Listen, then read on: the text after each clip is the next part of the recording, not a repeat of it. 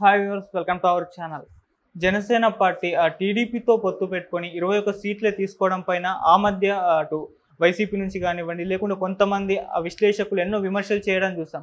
అయితే ఇప్పుడు పవన్ కళ్యాణ్ గారు ఒక మాస్టర్ ప్లాన్ వేశారు, ఒక ప్రణాళికతో రాబోతున్నారు. అంటే ఆ మాస్టర్ ప్లాన్ ఆయన్ని ముఖ్యమంత్రి కుర్చీ పైన కూర్చోబెట్టుకునే అవకాశం ఉందని కూడా చెప్తున్నారు. మరి అసలు ఆయన వేసిన మాస్టర్ ప్లాన్ ఏంటి, మరి అది ఆయన్ని చీఫ్ మినిస్టర్గా చేసే అవకాశం ఏమన్నా కనిపిస్తుందా? సో ఇప్పుడు ఇదే అంశం మీద డిస్కస్ చేయడానికి ప్రజెంట్ మనతో పాటు సీనియర్ జర్నలిస్ట్ జయదేవ్ గారు, వారితో డిస్కస్ చేద్దాం. సార్ నమస్కారం. సార్ నమస్తే అండి. సార్, పవన్ కళ్యాణ్ గారు 21 సీట్లు తీసుకోవడం పైన అప్పుడు కొన్ని విమర్శలు రావడం చూసాం వైసీపీ నుంచి. ఆయన అభిమానులు కూడా కాస్త అప్సెట్ అయ్యారు. అయితే ఇప్పుడు ఆయన ఒక ప్రణాళిక వేశారు, దాని ప్రకారం ఆయన చీఫ్ మినిస్టర్ అయ్యే అవకాశం కనిపిస్తుంది అని అంటున్నారు.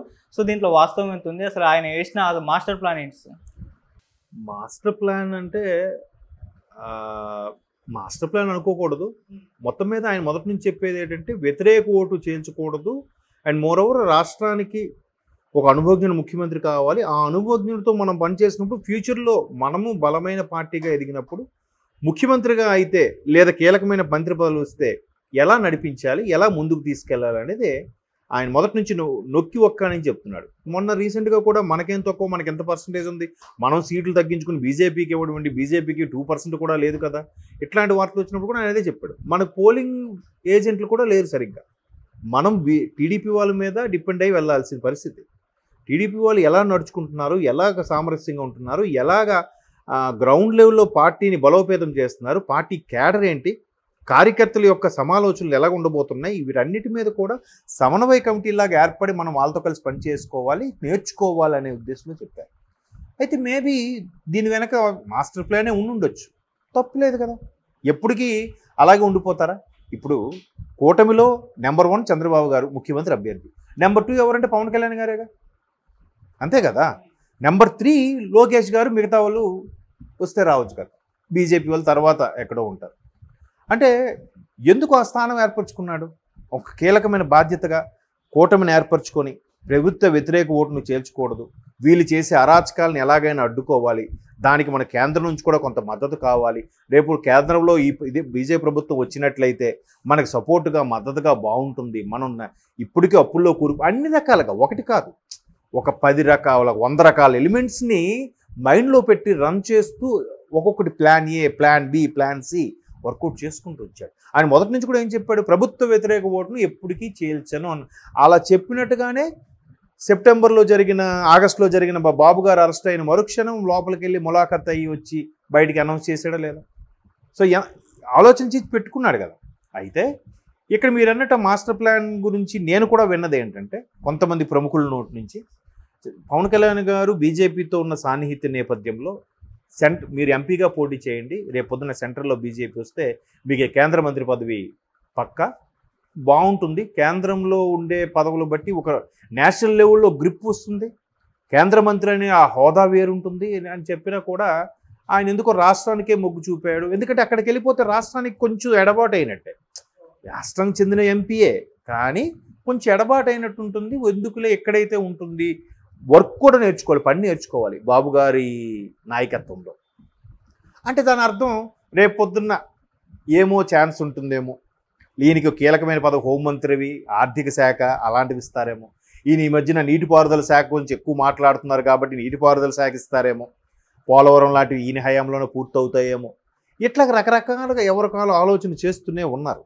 కాకపోతే ఈయన ఇలా ఉండడం వల్ల మేబీ ఇప్పుడు పక్క రాష్ట్రంలో కర్ణాటకలో ఒకప్పుడు ఏం జరిగిందంటే, ఆ జేడీఎస్ సంబంధించి దేవగౌడ గారు అబ్బాయి కుమారస్వామి ఉన్నప్పుడు లాస్ట్ 1 year ఆయన సీఎంగా చేశారు. అంతకుముందు తెలంగాణలో కూడా మీరు అబ్జర్వ్ చేస్తే బీఆర్ఎస్ ఎంఐఎం టైఅప్తో మేయర్ పదవి కైవసం చేసుకున్నప్పుడు 3 ఏళ్ళు మేయర్గా బీఆర్ఎస్ అభ్యర్థి ఉన్నారు, 2 ఏళ్ళు ఎంఐఎం అభ్యర్థి ఉన్నారు. అట్లా ఇక్కడ కూడా ఈయన వల్ల ఎక్కువగా ప్రాధాన్యత పెరిగి అలా ఉంటే ఏమో లాస్ట్ 1 year పవన్ కళ్యాణ్ గారు సీఎంగా ప్రమాణ స్వీకారం చేస్తారేమో అనేది జన సైనికుల యొక్క అత్యుత్సాహంతో కూడిన ఒక రకమైన ఆలోచన. తప్పులేదు దాంట్లో చెడుగా ఏం లేదు కదా. కూటమిలో భాగంగానే పవన్ కళ్యాణ్ చివరి సంవత్సరం చివరి 6 నెలలు చేయొచ్చు, తప్పేముంది.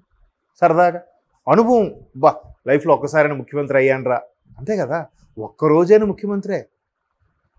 అలాగా అంటే అలా ఆలోచిస్తున్నారు. మరోవైపు ఇంకొంతమంది అనాలిసిస్ ఎలా ఉందంటే, ఒకవైపు వైసీపీ మాకు కూడా తక్కువ సీట్లు బాగానే వస్తాయని చెప్తుంది, కూటమి కూడా బాగా వస్తాయని చెప్తుంది, కూటమికి పర్సంటేజ్ పెరిగింది కానీ కూటమికి ఎక్కువ వస్తాయని చెప్తుంది కూటమి. ఇటువంటి నేపథ్యంలో వీళ్ళు 21 స్థానాల్లో పోటీ చేసినప్పుడు ఒక 10-15 వీళ్ళు కైవసం చేసుకుంటే 15 మ్యాజిక్ ఫిగర్కి దగ్గరగా వచ్చి ఆగిపోయింది అనుకోండి టీడీపీ, అప్పుడు జనసేన ప్రాధాన్యత ఇంకా పెరుగుతుంది కదా. ఒకవేళ టీడీపీకి ఎన్ని 88 ఎన్నో కావాలి అంతేనా, 175 అంటే సగం 87.5 సంథింగ్ అంతా ఉంటుంది. 88 వస్తే చాలు, 90 అనుకోండి, 90లో 80 వచ్చాయి అనుకోండి టీడీపీకి, అప్పుడు జనసేనకు 10-15 వస్తే కీలకమే కదా. అప్పుడు ఇంకా మంత్రి పదవులు కూడా కైవసం చేసుకోవచ్చు కదా, ప్రాధాన్యత పెరుగుతుంది కదా. అలాగొచ్చినా బాగుండు అని కొంతమంది జన సైనికుల్లో అభిలాష అనుకుంటున్నారు. ఇప్పుడు కేంద్రంలో కూడా చాలామంది రాష్ట్ర ప్రభుత్వాలు ఎలా చేస్తాయంటే, బీజేపీకి 400 అంటున్నారు కానీ రాకూడదబ్బా, మ్యాజిక్ ఫిగర్ దగ్గర వచ్చి ఆగిపోతే మన సపోర్ట్ ఉంటుంది, అప్పుడు మనకే కేంద్ర మంత్రి పదవులు ఇస్తారు, మనకే రాష్ట్రానికి కావాల్సిన నిధులన్నీ ఇస్తారు అనేది కూడా కూటమిలో ఉన్న వాళ్ళు ఆలోచించవచ్చు. జనసేన కానీ టీడీపీ కానీ. మొన్న వైసీపీ గురించి సంబంధించి అయితే డైరెక్ట్గా జగన్మోహన్ రెడ్డి గారు వైజాగ్లో కొంతమంది ఎవరు స్టీల్ ప్లాంట్ యూనియన్ లీడర్స్తో కూడా అలాగే అన్నారంట. అంటే వార్తల్లో వచ్చింది, నేను లైవ్లో చూశానని అంటే నేను చెప్పలేను కానీ, అక్కడ బీజేపీకి తక్కువ రావాలని కోరుకోండి, దేవుడి దయ వల్ల తక్కువ వస్తే మనకి ఎక్కువ సీట్లు వస్తే మన మీద మనకి మంచి గ్రిప్ దొరుకుతుంది, దేవుడి దయ ఎలా ఉంటుందో అన్నట్టుగా జగన్మోహన్ రెడ్డి గారు అన్నారట. సో అలా ఎవరైనా ఆలోచించడం తప్పులేదు. సో ఇక్కడ కూడా జన సైనికులు కొంతమంది అలా ఆలోచిస్తున్నారు. ఎందుకు అలా ఆలోచించడంలో కూడా ఒక న్యాయం ఉంది. ఎందుకు న్యాయం అనిపిస్తుందంటే నా వరకు ఇప్పుడు కొన్ని దగ్గరలో అబ్బా నేను పోటీ చేస్తాను, నాకు ఈ సీట్ కన్ఫర్మ్ అనుకున్నవి పొత్తుల్లో భాగంగా టీడీపీకి బీజేపీకి వెళ్ళిపోయాగా. ఆఖరికి 28 అన్నారు, 30 అన్నారు, 28 అన్నారు, 21, ఇప్పుడు ఆ 7 పోయేగా. అవన్నీ వాటి మరి అక్కడ బ్రెబల్స్గా మారకుండా అణిగిమణిగి ఎందుకున్నారు? అరే గవర్నమెంట్ వచ్చాక మాకేవో ఇస్తారని. ఇట్లాంటివి ఎడ్జ్ మీద వచ్చినప్పుడు గవర్నమెంట్ సఖ్యంగా కలిసి ఫోన్ చేసినప్పుడు టీడీపీ వాళ్ళకి 1, టీడీపీ వాళ్ళకి 2 ఇచ్చినప్పుడు జనసేనలకు 1 ఇస్తారుగా పదవి. 1:2లో డిమాండ్ చేసుకుని వెళ్ళిపోవచ్చు కదా. బీజేపీకి ఎందుకంటే ఇక్కడ బీజేపీ కాన్సన్ట్రేషన్ అంతా ఎంపీల మీద ఉంది కాబట్టి ఇక్కడ అంతగా ప్రాధాన్యత ఉండకపోవచ్చు, ఉంటుంది బట్ అంతగా ఉండకపోవచ్చు. సో అంత కేంద్రంలో సర్దుకుందాం, ఇక్కడ మాత్రం మీకు అంత పర్సంటేజ్ లేదు కాబట్టి మా జనసేనలకి ఇవ్వండి అని రేపొద్దు పవన్ కళ్యాణ్ రిక్వెస్ట్ చేసుకుంటే బీజేపీ వాళ్ళకి, టీడీపీ బీజేపీ సయ్యద్దుతో వీళ్ళకి మరికొద్దిగా నామినేటెడ్ పోస్టులు, కార్పొరేషన్ పోస్టులు ఏమైనా వస్తాయి కదా.